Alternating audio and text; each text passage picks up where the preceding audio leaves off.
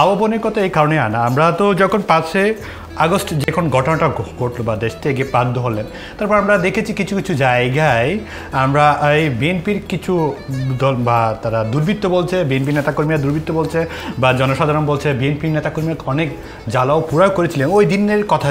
যদি আমি বলি সেই কারণেই ওই সূত্র দিয়ে কথাটা বলা। আসলে তো আমরা এমন একটা সংস্কৃতিতে বাস করি, আমি ক্ষমতা বলে আরেকজনকে দমন নিপীড়ের মধ্যে রাখতে পারি। আমরা মেইন কথা হচ্ছে we must have know the ideal things or the proper things. আমার যদি রিয়েল কনসেপ্টটা না থাকে, এটা একটা মিস ইনফরমেশন যদি হয়, তাহলে হবে কি আপনার পারসেপশনটা ওইভাবে তৈরি হবে।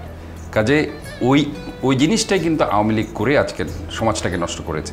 আপনি দেখেন টক শোতে তারা এমন একটি কথা উঠাবে যেটা অন্য অন্য টক শোতে অন্য অন্য বিজ্ঞজন যাদের কাছ থেকে মানুষ অনেক কিছু আশা করে, তারা যখন একই কথা বলতে চায় অথবা স্টাবলিশ করতে চায়, সাধারণ মানুষের মধ্যে কিছু হলেও সেটা চিন্তা করে হ্যাঁ এটা বোধহয় হতে পারে, কারণ এরা তো অনেক বিজ্ঞ লোক।